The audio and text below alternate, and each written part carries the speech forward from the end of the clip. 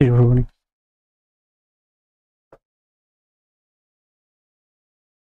वो स्क्रीन कैसा है ये चैप्टर की, इससे कंप्यूटर वाले स्क्रीन से?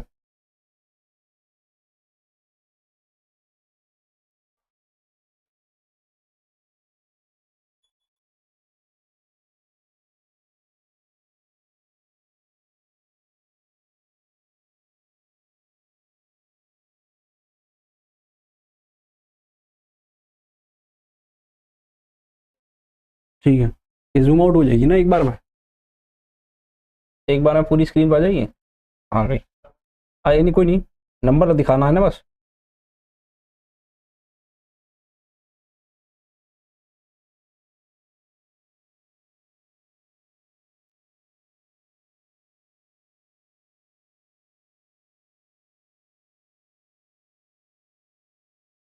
सही है,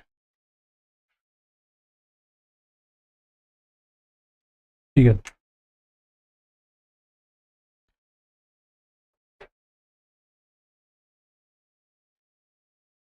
अस्सलाम वालेकुम। आज का जो टॉपिक है हमारा चैप्टर नंबर 15। आप लोग को आवाज आ रही है?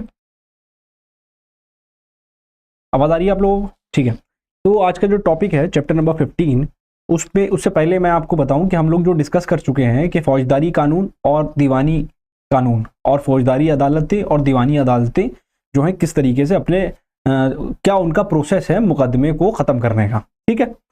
लेकिन हमारे यहाँ हिंदुस्तान में जो अदालतें हैं उसमें लगभग करोड़ों मुकदमे पेंडिंग हैं और अदालतें जो हैं लगातार मुकदमे आते हैं। जब मंडे को अदालत खुलेगी तो फाइलिंग काउंटर पे हर दिन जो है मुकदमे आपको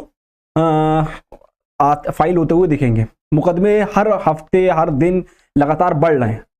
अब ऐसे में क्या करना चाहिए? ऐसे में जो ये आपका चैप्टर है तनाजुआत का मुतबादिल हल का मैकेनिज्म के जो मुकदमे दीवानी अदालतें और फौजदारी अदालतों में जा रहे हैं वो वहां ना जाके, मतलब दीवानी के जो मुकदमे हैं जहां पे आप बैठ के बातचीत करके मसले निपटा सकते हो, वो मसले अदालत ना जाके कुछ ऐसा मैकेनिज्म, मुतबादिल मैकेनिज्म बनाया जाए जिसके तहत जो है अदालत फैसला दे सके। तो उस मैकेनिज्म को डेवलप करने के लिए हमने जो है सरकारों ने कानून बनाए हैं और कानून बनाने के बाद इस तरीके के हल पे पहुंचे हैं कि कुछ मुतबादिल हल है जिसके तहत जो है तनाजुआत का फैसला हो सकता है।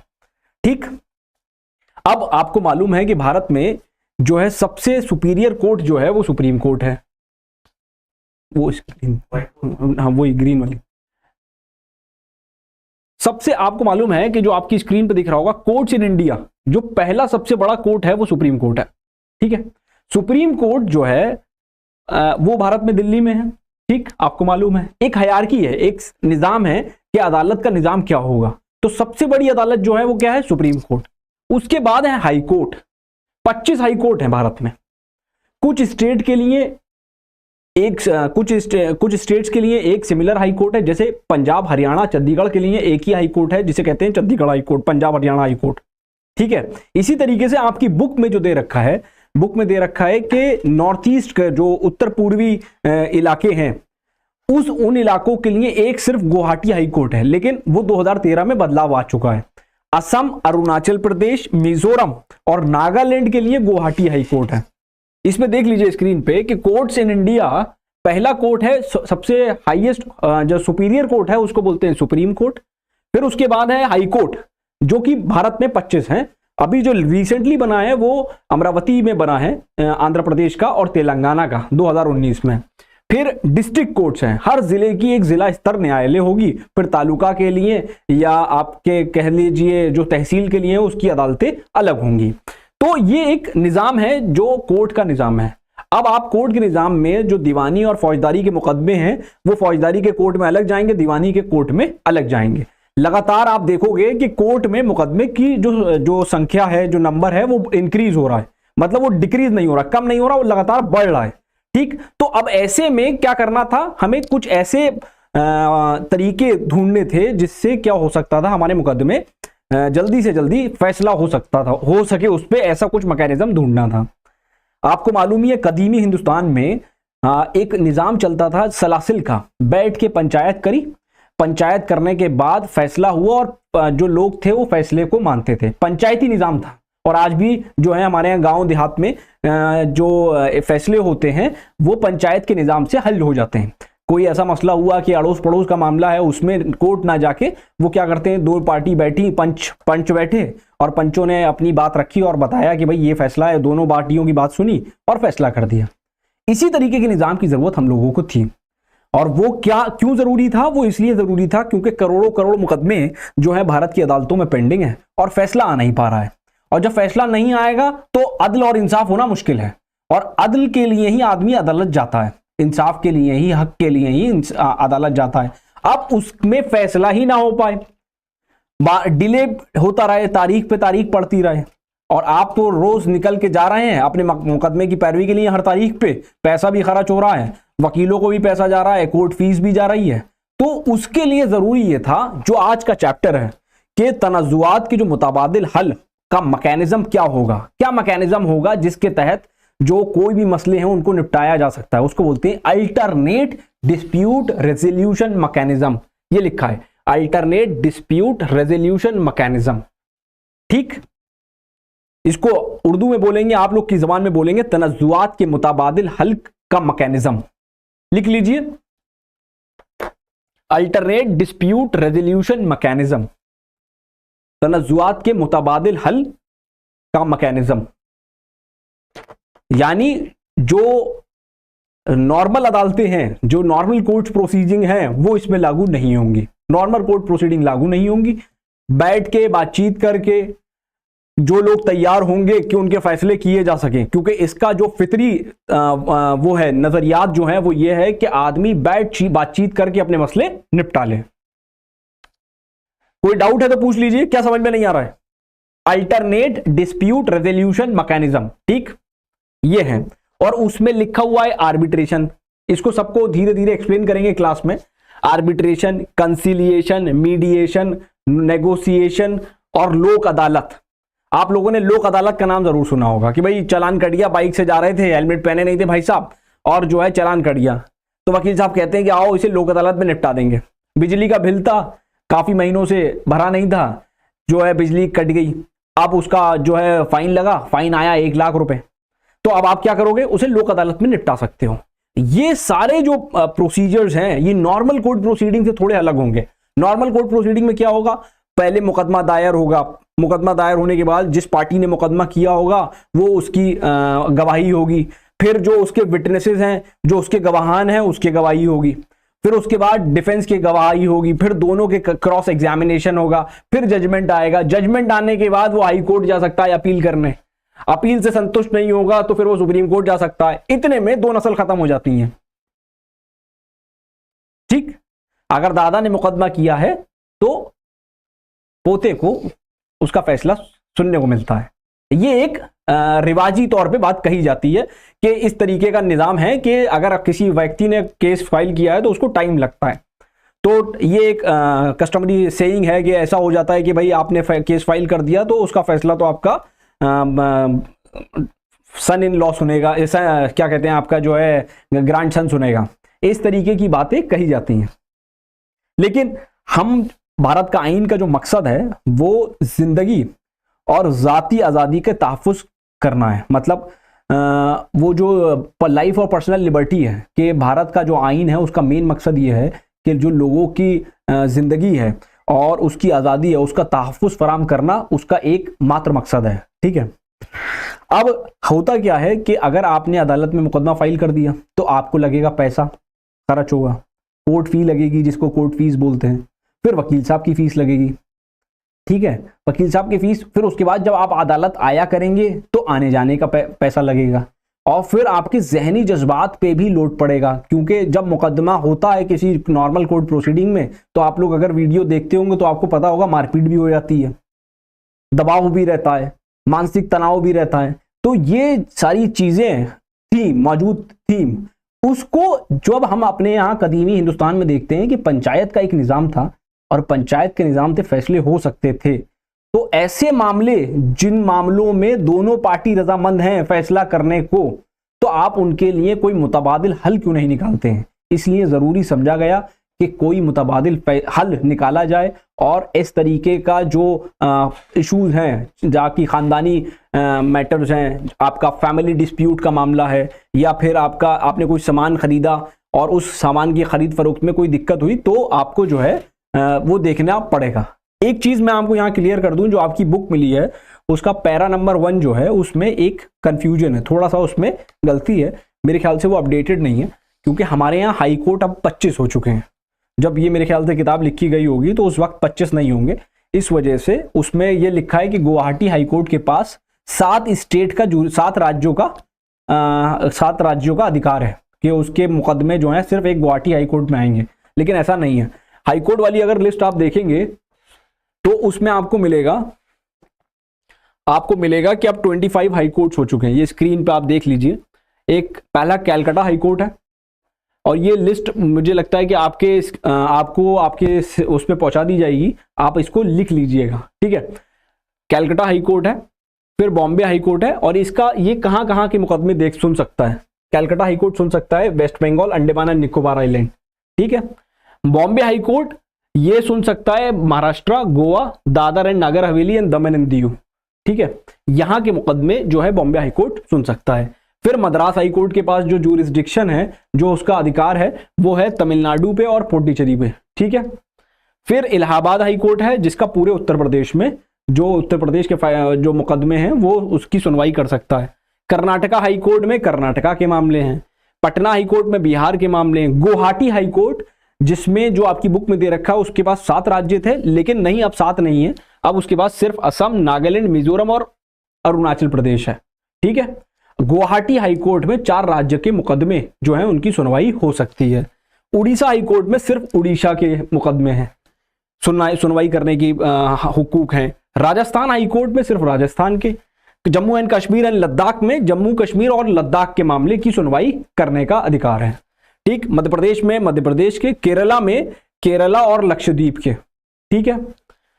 गुजरात हाई कोर्ट में गुजरात के, दिल्ली हाई कोर्ट में NCT, national capital territory of Delhi के मामले सुनने के अधिकार है। पंजाब हरियाणा हाई कोर्ट में पंजाब, हरियाणा और चंडीगढ़ के मुकदमे सुनने के अधिकार हैं, ठीक। ऐसे ही जब आप देखेंगे सिक्किम हाई कोर्ट, तो सिक्किम में सिर्फ सिक्किम, छत्तीसगढ़ में सिर्फ छत्तीसगढ़, उत्तराखंड में सिर्फ उत्तराखंड, झारखंड में झारखंड, मेघालय जो है ये उत्तर पूर्वी के मामले का स्टेट है। तो पहले ये गुवाहाटी हाई कोर्ट में जाता था, अब जो है इसके लिए अलग अपना हाई कोर्ट है, इसके पास मणिपुर, इसका मेघालय का अपना हाई कोर्ट है। तो मेघालय हाई कोर्ट जो है 2013 में बना, ठीक है। उसके अलावा त्रिपुरा जो है वो भी पहले गुवाहाटी के पास था, वो हट गया गुवाहाटी से, तो अब त्रिपुरा आ गया, ठीक है। तो ये मेघालय, मणिपुर, त्रिपुरा, अब 4 बचे, पहले ये 3 भी वहीं थे गुवाहाटी हाई कोर्ट के पास, ठीक है। तो ये जो 7 लिखा हुआ है वो 7 वो 7 नहीं है, वो 4 हैं केवल। तो बुक अपडेट मांग रही है, बुक अपडेट हो जाएगी जब आप लोग एक एग्जाम के बाद एक चिट्ठी लिखिए कि एनआईओएस जो है, एनआईओएस के चेयरमैन को, जनाब जो है ये किताब में कुछ अपडेशन होना है और जो है आपने अपडेट नहीं किया है, मेरी दरख्वास्त है कि आप जो है इसको अपडेट करिए, ठीक। तो ये आप कर सकते हैं। और लेटेस्ट जो बने, लेटेस्ट बने तेलंगाना हाईकोर्ट हैदराबाद 2019 में और आंध्र प्रदेश 2019 में अमरावती में। भारत में जो कुल राज्य हैं वो 28 है और कुल यूनियन टेरिटरीज जो हैं वो 8 हैं, ठीक है। तो उनकी पूरी फहरिस्त है कि यहां कौन से हाईकोर्ट के पास कौन से राज्य का हुकूक है कि वो कहां के मामले जो है सुन सकता है, कहां उनके पास कौन सा राज्य अधिकार है कि कहां के मामले की सुनवाई वो कर सकते हैं। बात समझ में आ गई? तो ये लिख लीजिए कि भारत में कुल राज्य जो है 28 हैं और कुल यूनियन टेरिटरीज जो हैं 8 हैं और हाईकोर्ट जो है 25 हैं। कुछ बोलना चाह रहे हैं? बोलिए। हाँ पूछो। यूनियन टेरिटरीज क्या चीज है? यूनियन टेरिटरी बहुत अच्छा क्वेश्चन है। यूनियन टेरिटरीज क्या होती हैं? जैसे दिल्ली एक फुल फ्लेजेड राज्य नहीं है, उसमें कुछ ऐसे स्पेसिफिक स्टेट हैं जो बॉर्डर से मिले हुए हैं या उनकी कुछ अहमियत है। जैसे आप देखेंगे कि दमन एंड दीव और दादर एंड नागर हवेली है, या आपका पौंडीचेरी है, अंडमान निकोबार है और आपका लक्षद्वीप है, अरब सागर की तरफ लक्षद्वीप है और बे ऑफ बंगाल की तरफ आपका क्या है, बे ऑफ बंगाल की तरफ आपका ये है अंडमान एंड निकोबार आइलैंड। अब जब आप इनको राज्य बना दोगे तो इन पे लॉ एंड ऑर्डर मेंटेन करने की जिम्मेदारी जो हो जाएगी वो राज्य की हो जाएगी, राज्य मेंटेन करेगा। जैसे दिल्ली में आप देखते हो अक्सर अरविंद केजरीवाल जी की एक बहस चल रही होती है, वो कहते हैं कि मुझे पूर्ण राज्य का दर्जा दे दो।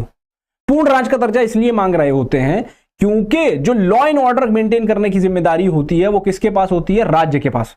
चोरी चकारी, पुलिस की मेंटेनेंस, सारी पावर होती है। लेकिन अंडमान निकोबार आइलैंड और लक्षद्वीप आइलैंड ये हमारे लिए बड़ा इंपॉर्टेंट है, भारत के लिए बड़ा इंपॉर्टेंट है, भारत के नक्शे को और भारत की भौगोलिक स्थिति के लिए बड़ी इंपॉर्टेंट है। अगर ये मामले राज्य के पास चले जाएंगे और किसी ने इन पे अटैक कर दिया, मान लेते हैं, तो उसको प्रोटेक्शन देने के लिए पावर नहीं होगी। क्यों? क्योंकि राज्य के पास लॉ एंड ऑर्डर मेंटेन करने की ताकत है। इसी वजह से ये पावर यूनियन गवर्नमेंट, भारत सरकार के पास रखी है कि इनको जो प्रोटेक्ट और इनका जो सिक्योरिटी है, इनका जो पूरा लॉ एंड ऑर्डर मैकेनिज्म है, ये इन्हीं के पास रहे, भारत सरकार के पास रहे। और भारत सरकार के पास उसको मेंटेन करने की ताकत है, वो उसको टेक ओवर होने नहीं देगी। लोग चाहें, बाहरी ताकतें चाहें कि उस पर कब्जा कर लें, तो अब राज्य के पास ताकत होगी तो राज्य क्या करेगा, पहले फोन मिलाएगा भारत सरकार को कि हमें फौज भेजो। अब भारत सरकार के पास ही पावर होगी तो भारत सरकार तो फौज लेके बैठी भी होगी। बात समझ में आ गई? इसलिए यूनियन टेरिटरीज और स्टेट में यह फर्क होता है। जैसे दिल्ली है, दिल्ली नेशनल कैपिटल टेरिटरी का मामला है, यहां पे सारे इंपॉर्टेंट लोग रहते हैं या इंपॉर्टेंट लोगों के ऑफिसेज हैं, तो इस वजह से यहां पे भारत सरकार को राज्य दिया है, वो दिया गया है पावर कि भारत सरकार इसको मेंटेन करे। इसी तरीके से चंडीगढ़ है, इसी तरीके से आपका जो है दादर नगर हवेली, दमन एंड दीव है, इसी तरीके से आपका पांडिचेरी है। तो 8 यूनियन टेरिटरीज बनाने का मेन मकसद यह है क्योंकि अगर राज्य सरकार के पास पावर होगी तो पावर जाएगी राज्य सरकार, लॉ एंड ऑर्डर मेंटेन करेगा राज्य सरकार, लेकिन वो स्ट्रैटेजिकली, भौगोलिकली और डिफेंस के हिसाब से बड़ा इंपॉर्टेंट हमारे लिए अगर है तो इसलिए भारत सरकार के पास पावर दी जाती है। ठीक, बात समझ में आ गई? अगर कोई स्टेट है, फुल फ्लेजेड स्टेट है, तो उसमें लॉ एंड ऑर्डर मेंटेन करने की जिम्मेदारी किसकी होगी? वो होगी उसकी राज्य की सरकार की। लेकिन अगर वो यूनियन टेरिटरी है तो वो भारत सरकार उसका लॉ एंड ऑर्डर मेंटेन करेगी। बात समझ में आ गई? तो अब कोई आपसे पूछेगा अरविंद केजरीवाल जी ये पूर्ण राज्य का मामला पूछते हैं, ये क्या मामला है? तो आप बता देंगे कि पूर्ण राज्य का मामला यह है कि वो चाहते हैं कि जो पुलिस है, अपॉइंटमेंट का प्रोसीजर है, वो अपने हिसाब से कर सकें, जो कि उनको मिल नहीं रहा है, बेचारे परेशान है।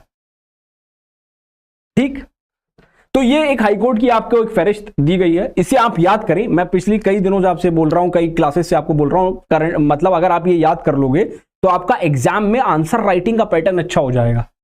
आप उन लोग जब कॉपी चेक करेगा कोई टीचर, तो वो जब चेक करेगा उसको एक आइडिया होगा कि यार इनके पास नॉलेज है, इस वजह से इनके आंसर में इनको ज्यादा मार्क्स इनको मिलने चाहिए। ठीक है, खैर चैप्टर पे लौटते हैं वापस। अब चैप्टर पे आप देखेंगे कि जो मकासिद हैं, मकासिद देखिए, इस चैप्टर को पढ़ने के मकासिद क्या हैं।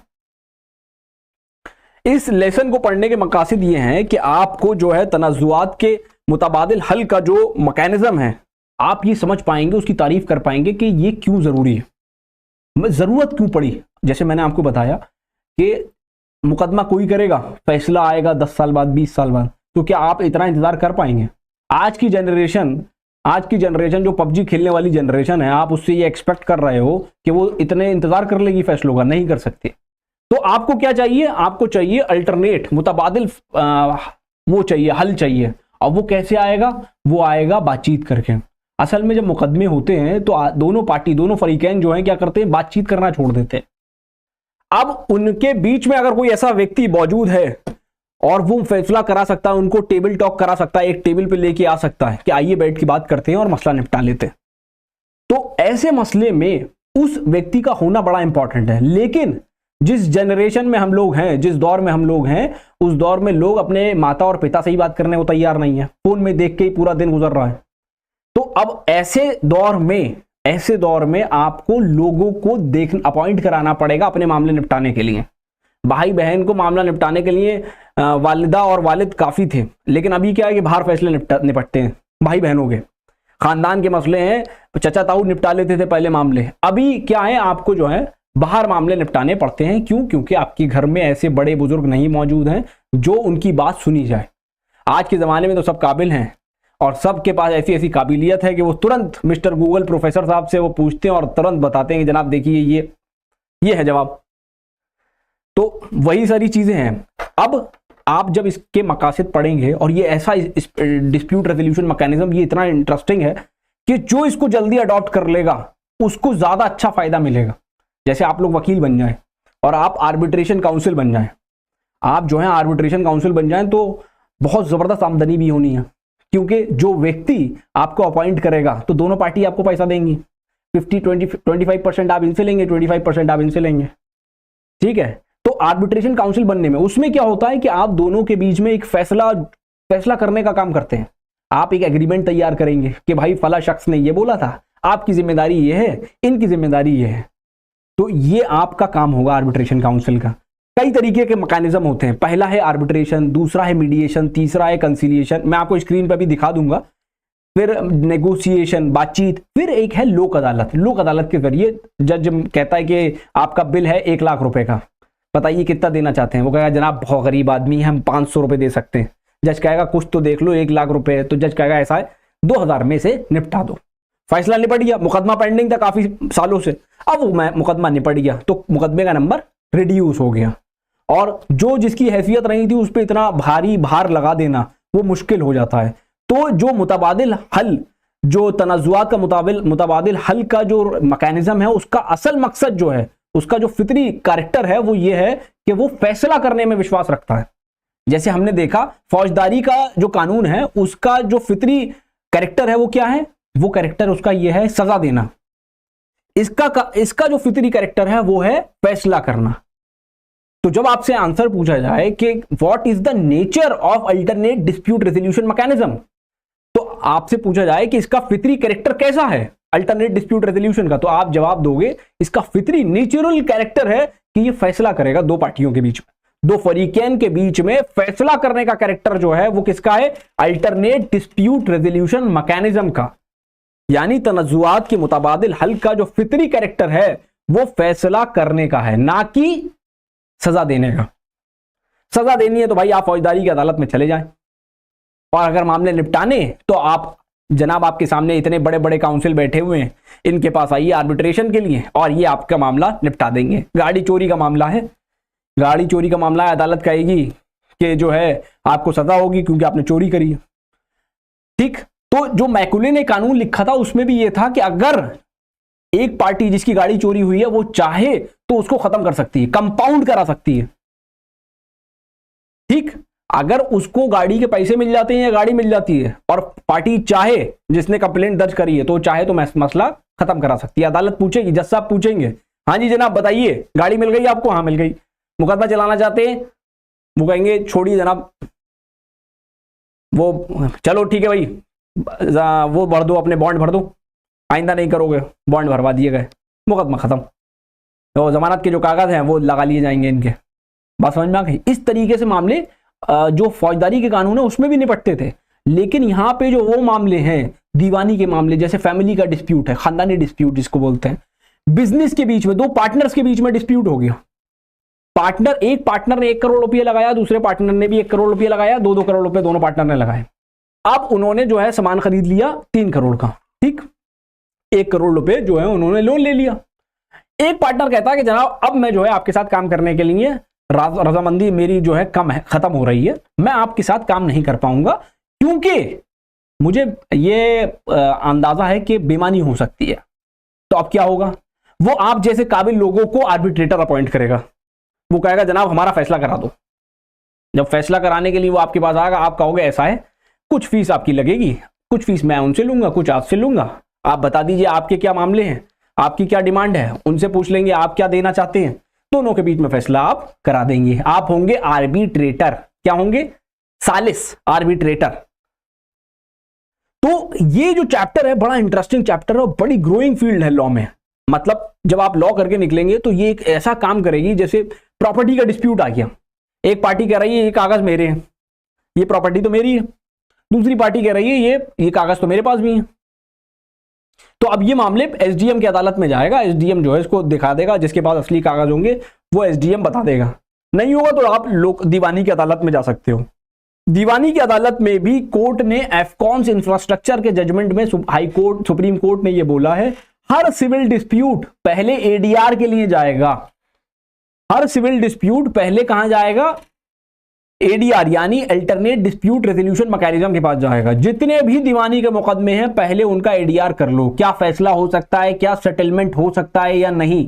अगर सेटलमेंट नहीं हो सकता तो फिर उसके जो है गवाही शुरू होगी। ये एफकॉन्स इंफ्रास्ट्रक्चर के केस में जो है आपका सुप्रीम कोर्ट ये बात बोल चुकी है कि हर मामले को पहले आप जो है सेटलमेंट के लिए कोशिश करोगे कि सेटलमेंट हो जाए, ताकि अदालत में केस का नंबर बढ़े ना। ये हर केस में हो गया। और अब तो कमर्शियल डिस्प्यूट में तो यहां तक हो गया है कि केस दायर करने से पहले आप मीडिएशन सेंस चले जाओ। जैसे कमर्शियल डिस्प्यूट किया, जैसे दो पार्टनर का मामला मैंने बताया, ऐसे मामले में तो पहले मुकदमा डालने से पहले प्री इंस्टीट्यूशन मीडिएशन सेटलमेंट करना होगा। वो दिखाना पड़ेगा कागजात कि आपने पहले कोशिश की थी और वो कोशिश में फैसला हो नहीं पाया। क्योंकि कुछ लोग जो हैं बातचीत करने से परहेज करते हैं, कहते हैं मुकदमा कर दे भाई, क्या होगा, जेल भेज देगा, क्या कर देगा। दीवानी के मुकदमे में आप जानते ही हो जेल होती नहीं है, क्या हो जाएगा हमारा ज्यादा, तो उन्हें कोई अफसोस तो होता नहीं है। कुछ जिद्दी किस्म के लोग होते हैं ना कि अच्छा क्या कर दोगे हमारा भाई, क्या कर दोगे, कुछ होगा थोड़ी। और इज्जत उनकी होती नहीं है। नुकसान अदालत जाने में तो उसका है जिसकी इज्जत हो कुछ, और जिसकी अगर इज्जत ही नहीं है, जिसका इंपॉर्टेंस, उसका जो कैरेक्टर है वो ऐसा ही है कि वो लोगों को परेशानी करता है, तो अब उसे आप अदालत में घसीटते रहो तो रोज आ जाएगा।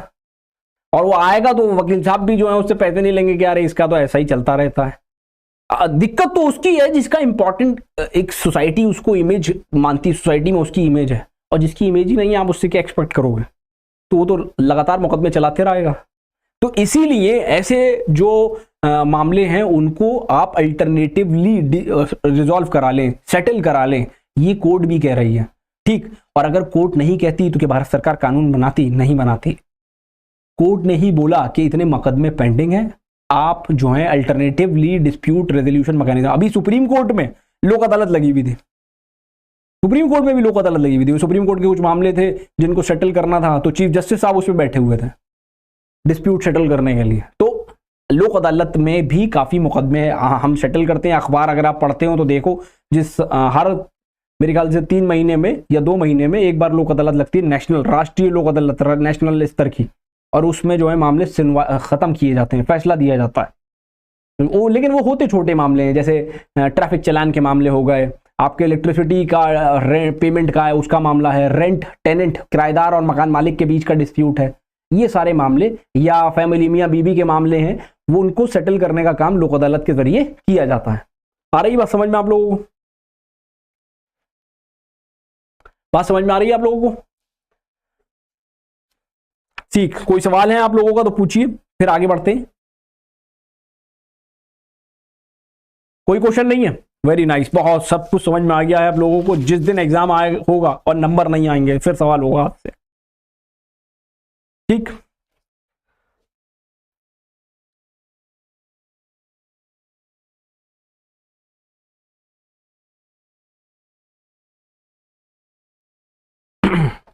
अब यहां देखिए 15.1 में क्या लिखा है। 15.1 में तनज़्ज़ुआत की तफ़सिया के मुतबादिल मैकेनिज्म की जरूरत क्यों है? बताइए जनाब, आप लोग बताइए, क्यों जरूरत पड़ी, जरूरत नीड क्यों है? मैंने आपको इतना सब कुछ अभी बताया, अब आप उनमें से 2 पॉइंट बता दीजिए, क्या क्यों जरूरत पड़ी? Very good. वक्त जो है बहुत जाया हो रहा था, मतलब वक्त जाया हो रहा है। दूसरा, फैसला वक्त पे नहीं आ रहा है। ठीक, उसके अलावा महंगा है, बहुत महंगा है, मतलब जो दीवानी के मामले होंगे और एडीआर होगा उसमें महंगा है, ये चीप है और ये जल्दी फैसला देगा, तो इसलिए जरूरत पड़ी। फरीकैन को बरसों इंतजार करना पड़ता है, बरसों इंतजार करना पड़ता है। जैसे मैंने आपको बताया रिचुअल कि अगर कोई व्यक्ति केस फाइल कर रहा हो, उसका एक अगली नस्ल उसका फैसला सुनेगी। महंगे और लंबे चलते हैं। ठीक है, ये इतने इंपॉर्टेंट कैरेक्टर हैं, ये इतनी इंपॉर्टेंट नीड थी जिसकी वजह से हमने एडीआर मैकेनिज्म को अपनाया। क्यों? क्योंकि ये चीप एंड जो जस्टिस है वो स्पीडी जस्टिस है, cheap and speedy justice provide करते हैं। ये अल्फाज याद करिए, क्या यानी सस्ते और तेज रफ्तार से इंसाफ देने का काम करते हैं। जैसे लोक अदालत का आपको नोटिस आया कि भाई लोक अदालत 30 तारीख को लगी है, 30 अगस्त को आप आइए और अपना फैसला लेके जाइए। लेकिन दीवानी के मुकदमों में आप 30 अगस्त को जाएंगे तो जज साहब छुट्टी पे हैं, वकील साहब ने तारीख ले ली दूसरी पार्टी ने, किसी की तबीयत खराब हो गई, अदालत में जो है बार एसोसिएशन की में किसी की मृत्यु हो गई तो उसकी वजह से जो है शोक की वजह से आज अवकाश रहेगा। तो ये सारे मामले हो जाते हैं, इस वजह से डिले पे डिले होता रहता है, तारीख पे तारीख, तारीख पे तारीख। एक बड़ा इंपॉर्टेंट डायलॉग है सनी देओल की फिल्म का, ठीक। तो ये तारीख पे तारीख चलती रहती है। इसीलिए हमें क्या हुआ, जरूरत पड़ी एडीआर मैकेनिज्म की, अल्टरनेट डिस्प्यूट रेजोल्यूशन मैकेनिज्म की। तो आपको समझ में आ गया जरूरत क्यों थी। पहला कि इसमें जो है बहुत ज्यादा महंगा और ताखीरी था, टाइम ज्यादा लगता था, फरीकैन को बरसों इंतजार करना पड़ता था, महंगे और जो लंबे क्या कहते हैं लंबा समय लगता था। इस वजह से हमने एडीआर मैकेनिज्म को अपनाया। क्यों? क्योंकि ये जो है इसमें ये सस्ता है, दूसरा जो है इसमें इंसाफ तेजी से मिलता है। ठीक, ये नीड समझ में आ गई आपको कि ये इसकी जरूरत थी। जरूरत क्यों थी? ये जरूरत के कारण आप लिख लो, पॉइंट बना लो, बुलेट्स बना के याद करोगे तो ज्यादा फायदा होगा।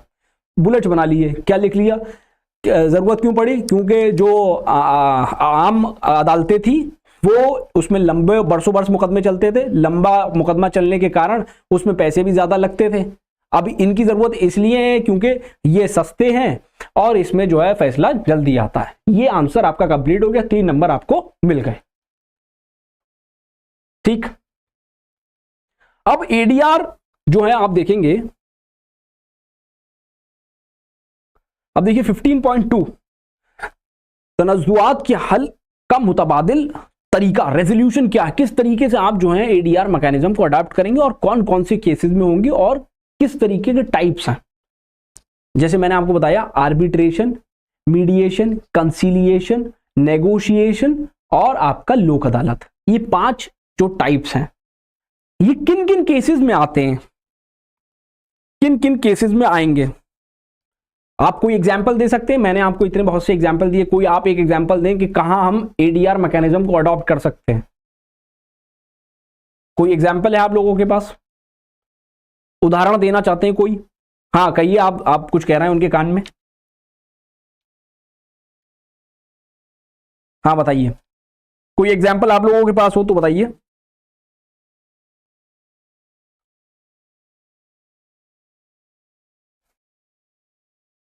कारोबारी तनज़ुआत का मामला है, 2 लोगों के बीच में बिजनेस डिस्प्यूट हो गया, जैसे मैंने अभी बताया 2 पार्टनर्स के बीच में। तो एक फेरिस्त बना लीजिए, एक लिस्ट बनाइए, लिखिए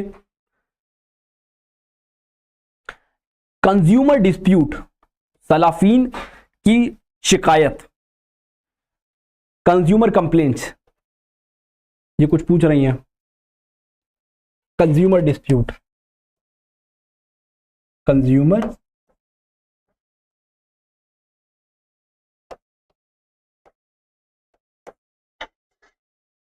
जी बोलिए। ये तनाज़ुआत ये हमारी समझ में नहीं आ रहे अल्फाज। ये बिल्कुल अल्फाज ही समझ में नहीं आ रहा। जैसे मैं आपको बताऊं, पंचायत करके कोई मसले निपटाए जाते हैं तो इसे ऐसे समझिए कि ये पंचायत करके मामले निपटाए जाएंगे। ये तो समझ में आ रहा था, लेकिन ऐसा लग रहा था कभी और कुछ हो। ना कुछ और नहीं है, ये वही है, लेकिन अल्फाज जो है हमेशा याद रखिएगा कि आप एक जो है जज या वकील बनेंगी तब आपको भारी अल्फाज से जज को एड्रेस करना होगा।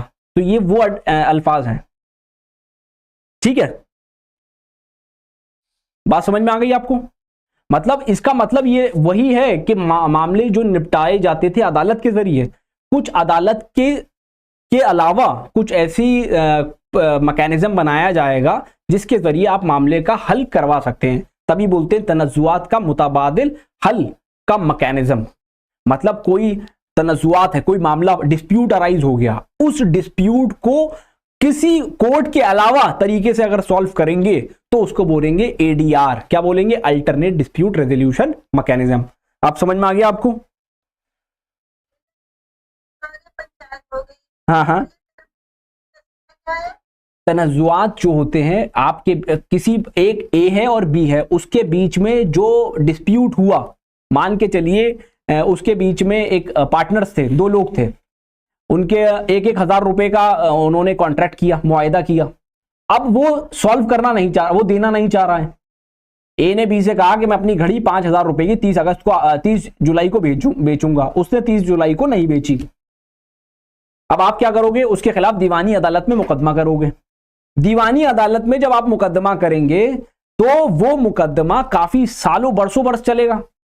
लेकिन जो मुतबादिल हल है, जो तनज़ुआत की मुतबादिल हल है, यानी आर्बिट्रेशन मैकेनिज्म है या पंचायत करके आप उसको 1 तारीख पे निपटा सकते हो, इसको एडीआर मैकेनिज्म बोलते हैं। आ गई बात समझ में?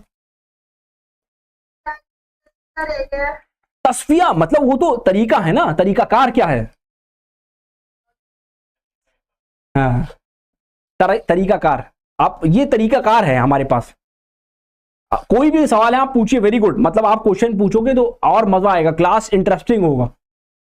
जितना क्लास में आप सवाल जवाब करेंगे ना उतना इंटरेस्टिंग होगा। जज से आप उतना सवाल कर सकते हैं।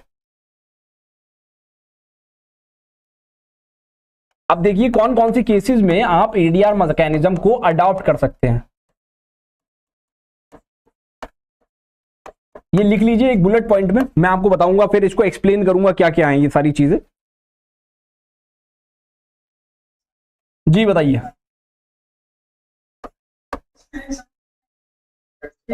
स्क्रीन साफ नहीं आ रही है? अभी आएगी, बिल्कुल साफ आएगी, आप टेंशन मत लीजिए।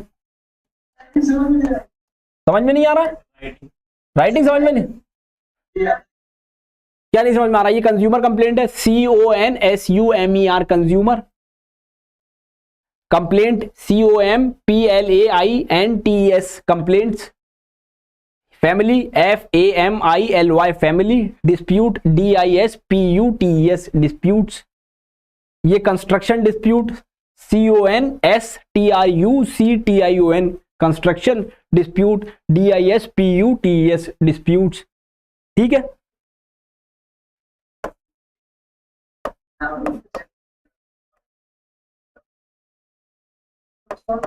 हाँ बोलिए।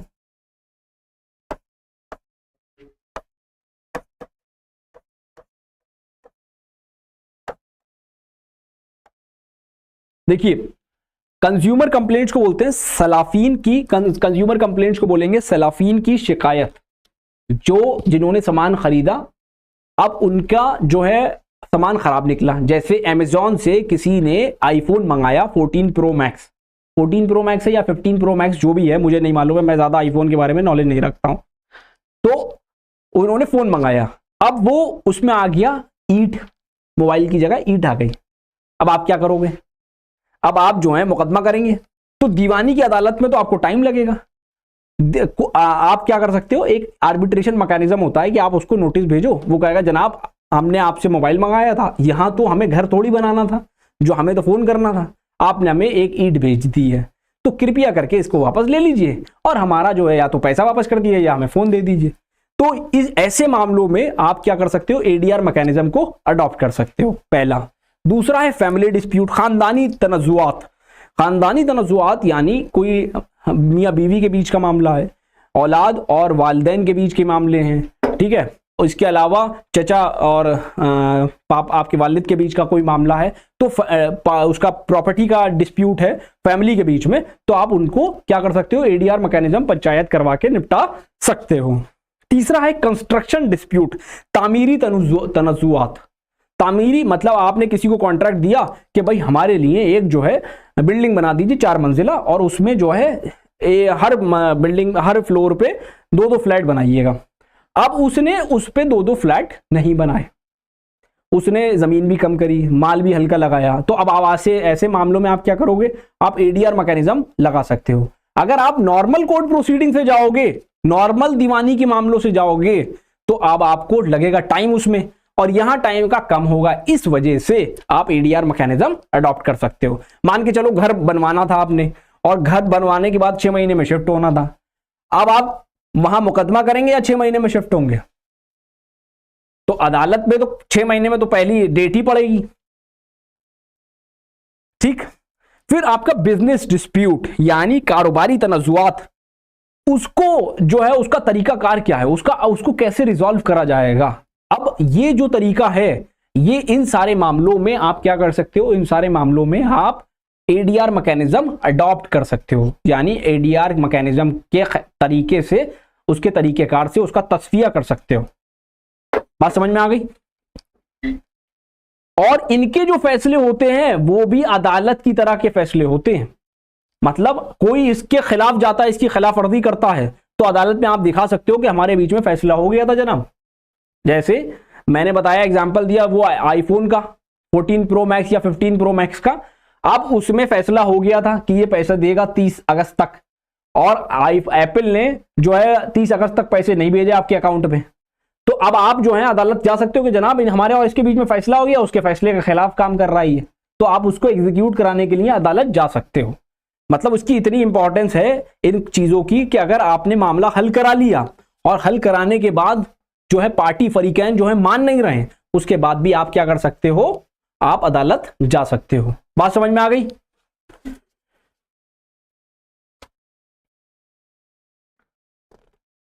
अब फायदा क्या है? फायदा, अरे वो स्क्रीन लगाइए, देखिए 15.3 देखिए,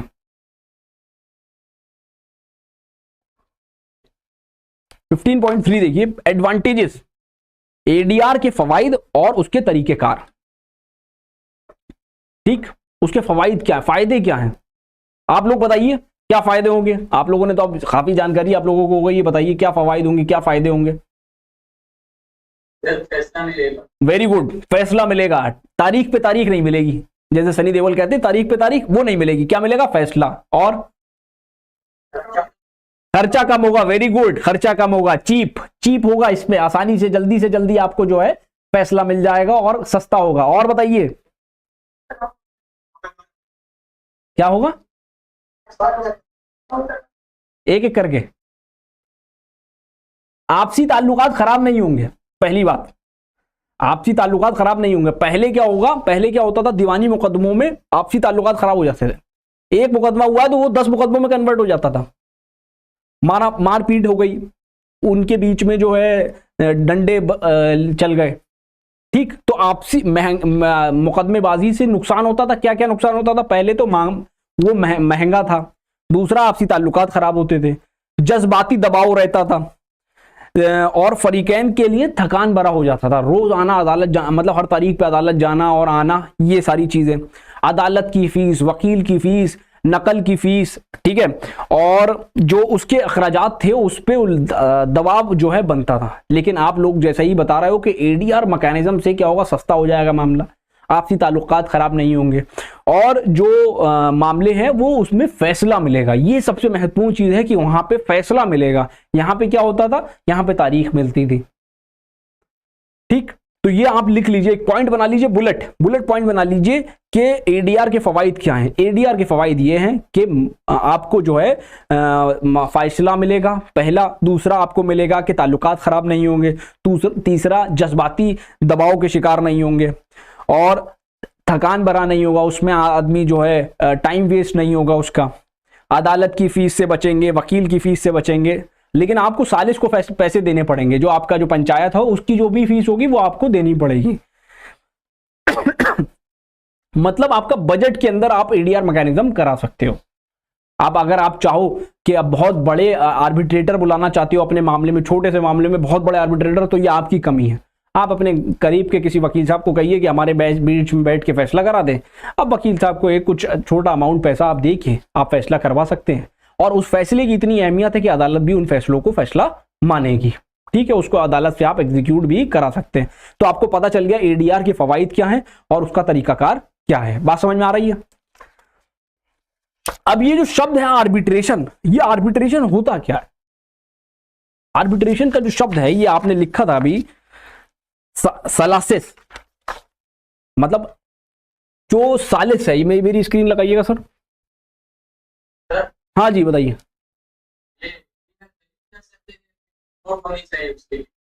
एडीआर के लिए अभी क्या है, हर कोर्ट में एक एडीआर मैकेनिज्म के लिए एक रूम बना दिया है हर कोर्ट में ही, ताकि जो है लोगों को इधर उधर भटकना ना पड़े।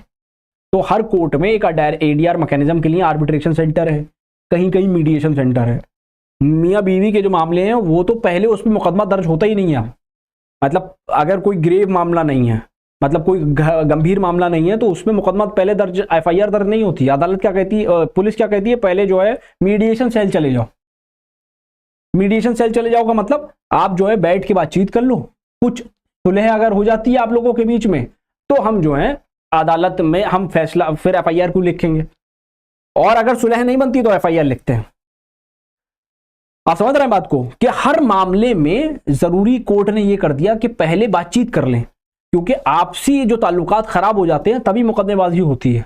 मुकदमेबाजी का पहला कारण यह है कि आदमी के दिल में जो है कोई गलत जहनियत आ जाए तो वो क्या करेगा, वो दूसरे को नुकसान पहुंचाने की कोशिश करेगा। इस वजह से मुकदमेबाजी होती है। जैसे अगर आईफोन कंपनी आईफोन देना चाहती तो वो ईंट क्यों बेचती, इसके मतलब उसके जहन में एक जो है वो आ गया, डिस्प्यूट अराइज हो गया कि हमें जो है नुकसान पहुंचाना है।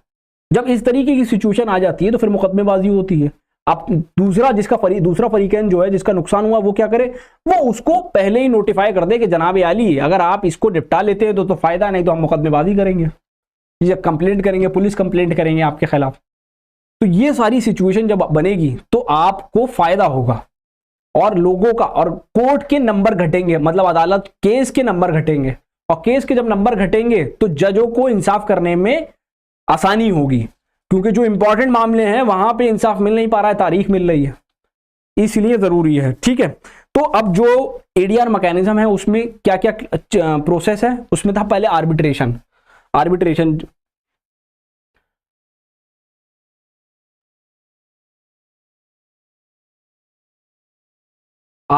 में जो है एक सालिस अपॉइंट होगा, दोनों पार्टी एग्री करेंगी कि भाई ये व्यक्ति जो है हम लोगों के बीच में मामले को निपटाएगा। ठीक है, तो उस मैकेनिज्म को बोलते हैं arbitration and conciliation. Arbitration and conciliation mechanism, और इसके लिए कानून है, भारत सरकार ने, पार्लियामेंट ने एक कानून बनाया है। ठीक है,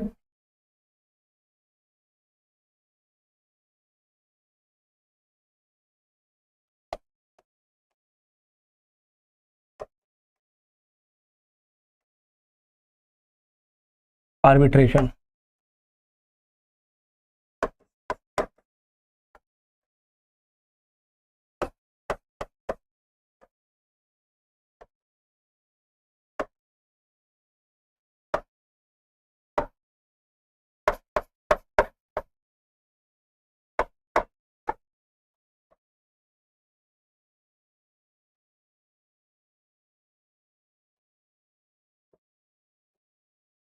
ये लिख लीजिए। आपसे पूछेंगे कि कौन कौन से प्रोसीजर हैं एडीआर के, तो पहला है आर्बिट्रेशन, सालिस अपॉइंट होगा, दोनों पार्टी, दोनों फरीकैन जो हैं वो रजामंद होंगे इस बात पे कि हमें अपना मामला सेटल कराना है। ठीक, तो जो है जब फैसला कराएंगे तो एक पार्टी को मुकर्रर कर देगी सालिस, ये हमारा सालिस है, हम लोग के बीच में ये फैसला करेगा, ये फैसला करने वाला होगा, तो उसकी बात मानी जाएगी, उसको बोलते हैं आर्बिट्रेटर।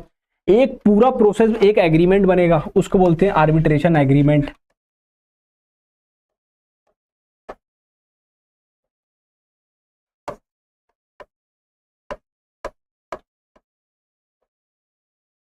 Arbitration agreement.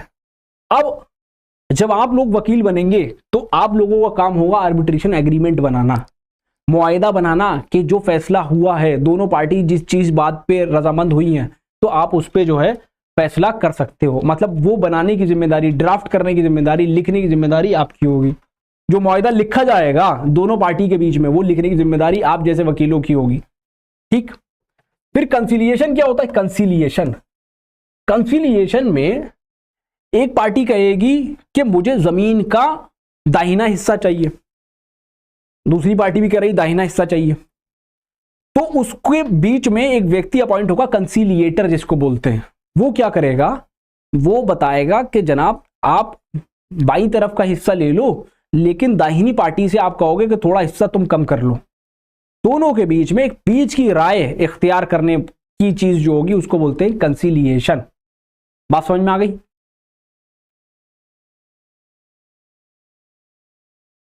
अब ये है मीडिएशन, बड़ा इंटरेस्टिंग है।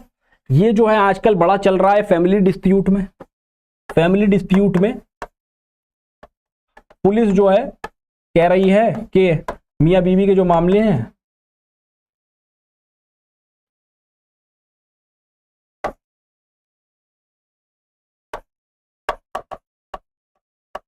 पुलिस जो है फैमिली डिस्प्यूट में बहुत फोकस कर रही है अब कि मीडिएशन की तरफ चला जाए। मतलब मीडिएशन की तरफ एक सरकार ने मीडिएटर बना दिए हैं और एक मीडिएशन सेल बनाया हुआ है जिसको बोलते हैं क्राइम अगेंस्ट वीमेन सेल। वहाँ पे बीवी जाती है या फैमिली डिस्प्यूट है तो वालिदैन जाएंगे, वो बताएंगे कि ऐसा ऐसा मामला हो गया, वो उसको नोटिस भेजेंगे, आप आइए अपनी बात रखिए, दोनों पार्टी को सुना जाएगा और बताया जाएगा कि भाई तुम ऐसा मत करो, इसके साथ ऐसा मत करो, ये कार्रवाई हो सकती है। तो ये मीडिएट करने की कोशिश करता है कौन? मीडिएटर। वहां कौन था? आर्बिट्रेटर। यहां कौन था? कंसीलिएटर। यहां है मीडिएटर। और यह है फिर नेगोशिएशन, ये आपसी बातचीत। आपसी बातचीत से मामले निपटाए जाएंगे। अब इसमें कोई थर्ड पार्टी भी हो सकती है, थर्ड पार्टी का नहीं भी होना। जैसे अब इन सब में एक थर्ड पार्टी है, थर्ड पार्टी है, इन सब में एक थर्ड पार्टी है। थर्ड पार्टी कौन? Arbitrator, conciliator, mediator. इसमें एक हर इन तीनों में एक थर्ड पार्टी रहेगी। नेगोशिएशन में जरूरत पड़े तो वो रखे, नहीं पड़े तो वो आपस में भी बातचीत करके निपटा सकते हैं। नेगोशिएशन का जो लिटरल मीनिंग है, जो उसका मायने है, वो ये है कि आप जो है आपसी बातचीत से मामला निपटा लें। चाहे तो बीच में कोई रखे, चाहे तो नहीं रखे। अगर बीच में किसी को रखेंगे तो वो आर्बिट्रेशन बन जाएगा, बीच में किसी को रखेंगे तो वो कंसीलिएटर बन जाएगा, और बीच में किसी को रखेंगे तो वो मीडिएटर बन जाएगा। बात समझ में आ गई? और अगर आप खुद से बात कर रहे हैं तो उसको बोलेंगे नेगोशिएशन। बिल्कुल क्लियर है एजेंडा? अब आइए लोक अदालत पे। लोक अदालत में जज जो है वो थर्ड पार्टी का काम करता है। जज जो होगा वो थर्ड पार्टी का काम करेगा। यहां पे कौन कर रहा था थर्ड पार्टी का काम? यहां पे एक बंदा, आप लोग खुद ही दो फरीकैन हैं, वो चूज कर रहे थे। यहां लोक अदालत में जो है, अदालत होने की वजह से यहां पे जज जो है खुद जो है वो फैसला करेगा, थर्ड पार्टी का रोल अदा करेगा। आ गई बात समझ में? कोई डिस्प्यूट तो नहीं है? अब आप लोगों के दिमाग में कोई ऐसा जो है क्वेश्चन तो अराइज नहीं हो रहा है कि आप कोई चीज समझ में, तो ऐसा तो नहीं है जो समझ में नहीं आ रही हो?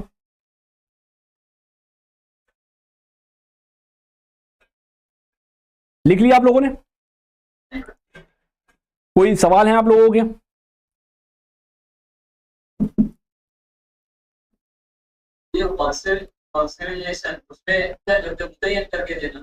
कंसीलिएशन में मुद्दई और जिसके बीच में केस होगा, फर्स्ट पार्टी और सेकंड पार्टी, ये दोनों चाहें तो अपना कंसीलिएटर अपॉइंट कर सकते हैं रजामंदी से।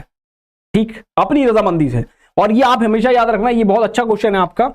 ये तभी होगा जब दोनों पार्टी राजी हैं, क्योंकि फैसला तभी हो सकता है जब दोनों पार्टी राजी हैं। आउटसाइड कोर्ट, जब दोनों पार्टी राजी होंगी तभी फैसला होगा, नहीं तो क्या होगा? मुकदमा। बात समझ लीजिए। अगर दोनों पार्टी राजी नहीं है तो जो है आप एडीआर मैकेनिज्म अडॉप्ट नहीं कर सकते। जैसे मैंने आपको बताया, एक पीआईएमएस जो कमर्शियल कोर्ट्स है उसमें एक पीआईएमएस का मुकदमा का कॉन्सेप्ट लेके आई है। पीआईएमएस क्या है? मुकदमा डालने से पहले आपको एक सेटलमेंट के लिए जाना पड़ेगा। जैसे मैंने आपको एग्जांपल दिया, दो पार्टनर के बीच में मामला हो गया, 1-1 करोड़ का डिस्प्यूट है। अब दोनों पार्टनर, जो पार्टनर चाहता है सेटलमेंट करना, तो वो पहले उस पार्टनर से बोलेगा कि जनाब मेरे 1 करोड़ रुपए आपके पास हैं, वो आप मुझे दे दीजिए, और उस मैकेनिज्म को वो अपनाएगा, मतलब सेटलमेंट के मैकेनिज्म को। और अगर सेटलमेंट नहीं कर रहा है तो अदालत में फिर मुकदमा डालेगा। बगैर ये प्रोसेस अडॉप्ट करे, पीआईएमएस का प्रोसेस अडॉप्ट करे, वो मुकदमा भी फाइल नहीं कर सकता। ये कोर्ट, ये एक्ट में लिखा है, कमर्शियल कोर्ट्स एक्ट 2015, 2015 का कानून है। बात समझ में आ गई? तो एडीआर का जो मेन मकसद है, जो उसका मकासद है, वो आप ये समझे, उसका मकसद यही है कि वो फैसला कराना है, कम समय में फैसला मिलेगा आपको और सस्ता होगा।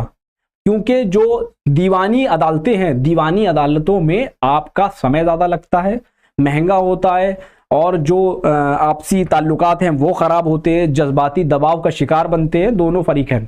ठीक है, ऐसे मामले में हमें एडीआर मैकेनिज्म को अडॉप्ट करना चाहिए। अब आपके पास कोई फैसला आए, आपके पास कोई मुद्दई आए, तो अब आप क्या करोगे?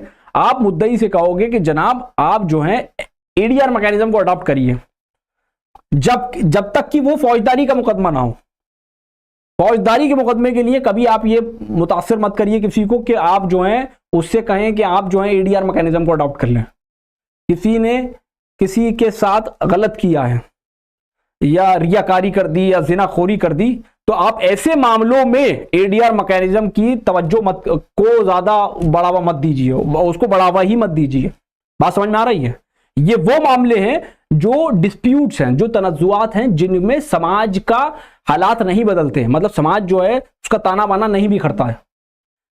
फौजदारी के मामलों में सामाजिक ताना बाना बिखर जाता है, क्योंकि आज वो व्यक्ति एक के साथ कर रहा है तो हो सकता है दूसरे के साथ भी करे। ऐसे मामले में एडीआर मैकेनिज्म नहीं आएगा। एडीआर मैकेनिज्म उन्हीं मामलों में आएगा जो समाज का ताना बाना नहीं बिखेरते। आ गई बात समझ में? अब मैं आपसे एक सवाल पूछता हूं और उसके बाद हम क्लास वाइंड अप करेंगे। क्या चेक बाउंस, चेक सुना है? चेक बाउंस का मामला है। किसी व्यक्ति ने चेक दिया और लिखा कि ये एक चेक होता है, चेक देखा है ऐसा बनता है चेक, यहां एक नाम होता है, यहां सिग्नेचर हो, यहां पैसे लिख दिए, 1,00,000 रुपए, ठीक है, या बैंक का नाम होगा, यहाँ कोड वोड लिखा होगा, IFSC कोड होगा, ठीक है, यहाँ साइन मार दिए, ठीक, ये ऐसा चेक होता है कुछ, ठीक। अब मेरा सवाल है आप लोगों से, एक आदमी ने चेक दिया कि जनाब आप जो है इसको 6 अगस्त 2024 को आप निकलवा सकते हैं, ठीक। 6 अगस्त को उन्होंने डाला बैंक में कि भाई ये मेरे नाम पे आप इसको कैश करा दीजिए। बैंक ने एक रिसीट दे दी, उस रिसीट पे लिखा आ गया इनसफिशिएंट मनी, इनसफिशिएंट अमाउंट, मतलब जिसको पैसा देना था उसके खाते में पैसा ही नहीं था, क्योंकि बैंक उसके खाते से पैसा खींचता, वो आपको दे देता, या आपके खाते में ट्रांसफर कर देता, या आपको दे देता। अब ऐसे मामले में, ये गंभीर मामला है, ये समझ लीजिए, चेक बाउंस के केस होते हैं, ठीक, और चेक बाउंस के केस में जेल भी हो जाती है। आप ये भी समझ लीजिए, ये बड़े गंभीर मामले हैं, और ऐसे मामले एडीआर मैकेनिज्म से सुलटाए जा सकते हैं, उसको सॉल्व किया जा सकता है।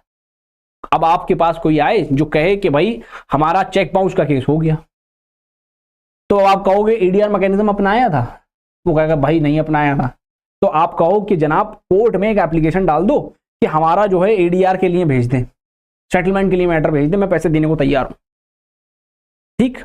अब जैसे 1,00,000 का मामला है तो अदालत कहेगी कितने पैसे दे सकते हो, कितने पार्ट में दे सकते हो, वो कहेंगे कि जनाब 1,00,000 रुपए हैं, मैं 33 करके दे सकता हूं, 33 और 34, ठीक, ऐसे 3 हिस्सों में 3 किश्तों में दे सकता हूं, तो अदालत कहेगी ठीक है। ऐसे मामले भी आप एडीआर के थ्रू रिजॉल्व करा सकते हो, खत्म करा सकते हो। बात समझ में आ गई? तो कोई पूछे चेक बाउंस का केस है तो चेक बाउंस का केस एडीआर के थ्रू आप खत्म करा सकते हो, ठीक है। और कोई सवाल है आपके तो पूछिए, नहीं तो फिर हम लोग नेक्स्ट क्लास में मिलते हैं। नेक्स्ट क्लास इंटरेस्टिंग रहने वाली है, क्योंकि हम डिस्कशन करेंगे भारत के संविधान यानी आइन पे, भारत के आइन क्या कहता है, उसके अंदर क्या हुकूक आपके लिए दर्ज हैं। कोई सवाल आप लोग के दिमाग में आ रहा है, भाई साहब कुछ पूछना चाह रहे हैं तो पूछ लीजिए। सेकंड रो, आप कुछ कहना चाह रहे हैं? खैर अगर आप लोग के सवाल नहीं है तो फिर आप लोग जा सकते हैं, दूसरे जो मदरसे हैं मैं उनसे पूछता हूं, आप लोगों को कोई सवाल है?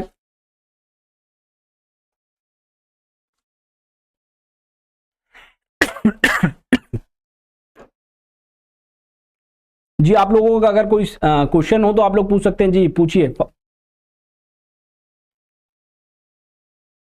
चलिए, आपने पहले मैकेनिज्म के फवायद लिखा है, एडीआर के फवायद के बाद ये एडीआर भी मैकेनिज्म ही है। हाँ, वो मैकेनिज्म ही है, उसका शॉर्ट फॉर्म है, मतलब छोटे में उसको बोलते हैं एडीआर, तनज़ुआत के मुतबादिल हल का मैकेनिज्म, उसको इंग्लिश में शॉर्ट में बोलते हैं एडीआर। बाद आपने फवायद के बाद 2-3 फवायद बोल के उसके बाद मालूम नहीं क्या बोला है, इसमें जो लिखा हुआ है ये आपको, ये आर्बिट्रेशन, कंसिलिएशन, मीडिएशन, नेगोशिएशन, ये, हाँ मैं बताता हूं ये क्या है। जैसे ये प्रोसेस है, तरीकाकार है। तरीकेकार क्या होते हैं? जैसे आपके पास कई तरीके के प्रोसेस हैं, जैसे आप दीवानी का मुकदमा जब दायर करेंगी तो आप उसमें जो है कोर्ट से नोटिस भिजवाएंगी। अब आप इसमें मीडिएशन में सालिस अपॉइंट होता है, मतलब एक आदमी है वो उसे आप अपॉइंट करेंगी, दोनों पार्टी जब रजामंद होंगी तब, दोनों पार्टी जब रजामंद होंगी तो आप एक सालिस अपॉइंट कर लेंगी और उस सालिस के जरिए आप अपना जो है मसला निपटवा सकते हैं दोनों पार्टी। इसको बोलते हैं आर्बिट्रेशन। ठीक। दूसरा है कंसिलिएशन। कंसिलिएशन जो है उसमें आप जो है, मैंने जैसे एक मसला बताया था कि एक जमीन है, खेत है, अब एक खेत में दोनों पार्टी चाह रही है कि दायना हिस्सा, दायना जो खेत है वो हमें मिले क्योंकि उसमें जो है फसल ज्यादा होती है। अब उसमें एक बीच का रास्ता निकालना था क्योंकि मारपीट हो जाती, मुकदमेबाजी होती, तो इसमें बीच का रास्ता निकालने के लिए उन्होंने अपने बीच में से एक फैसला करने वाला निकाल दिया, उसको बोल दिया कंसिलिएटर।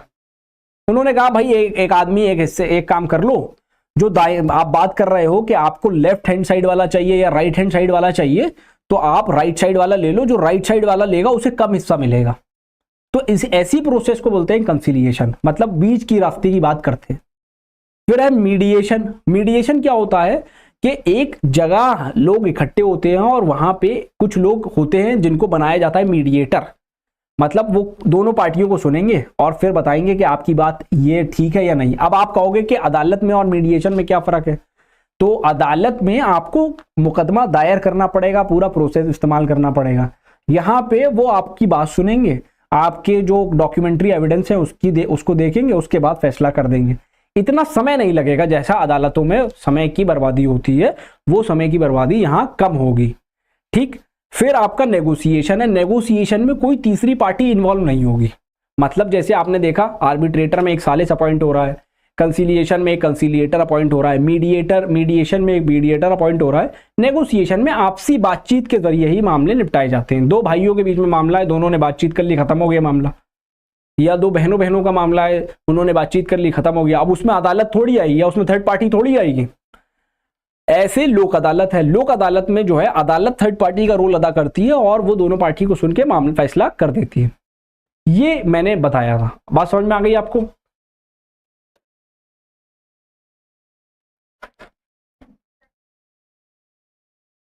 हाँ, और किसी का कोई क्वेश्चन है तो आप लोग पूछ सकते हैं।